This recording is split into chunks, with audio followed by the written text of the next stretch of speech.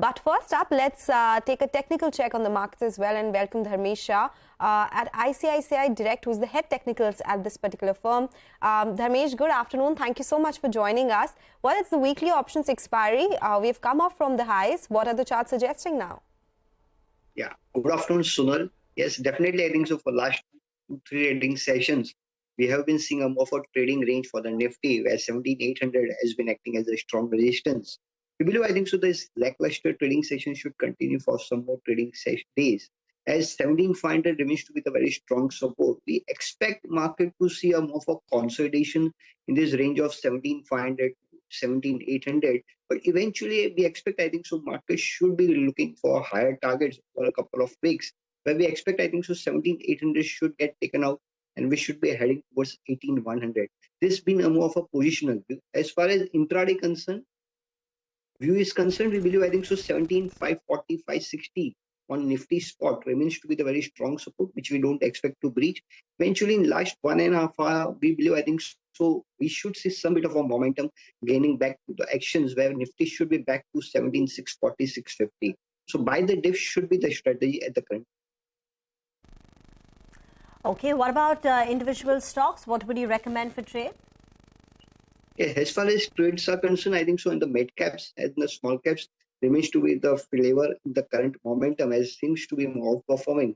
Because if you look at the mid caps and the small cap indices, both has witnessed a falling channel breakout, indicating a more of a end of the corrective phase.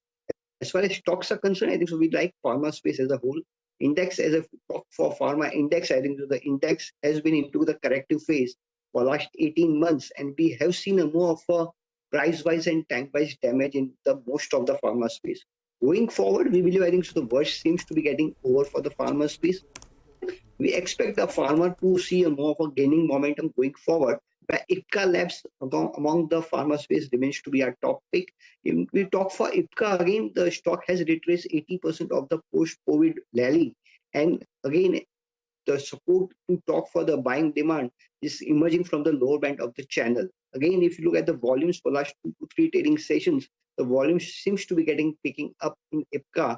We expect the stock to head towards 950, which is again the November 2022 high, and a support. I would say for stop loss again, 765 remains to be the strong support for the stock. So Ipca remains to be a topic inside the pharma space. Apart from Ipca, we do like the financial space where Aditya Birla Capital, from the short-term perspective, the stock has seen a 4 months consolidation breakout. The stock has been trading in this range of 133 to 162, as has witnessed a breakout with a strong volume. So we believe, I think the stock should see a continued momentum towards 176, keeping a stop loss of 154. So Ipca Labs and Aditya Birla Capital remains to be a top pick in current scenario. Okay, all right, Dharmesh, thank you so much for joining us.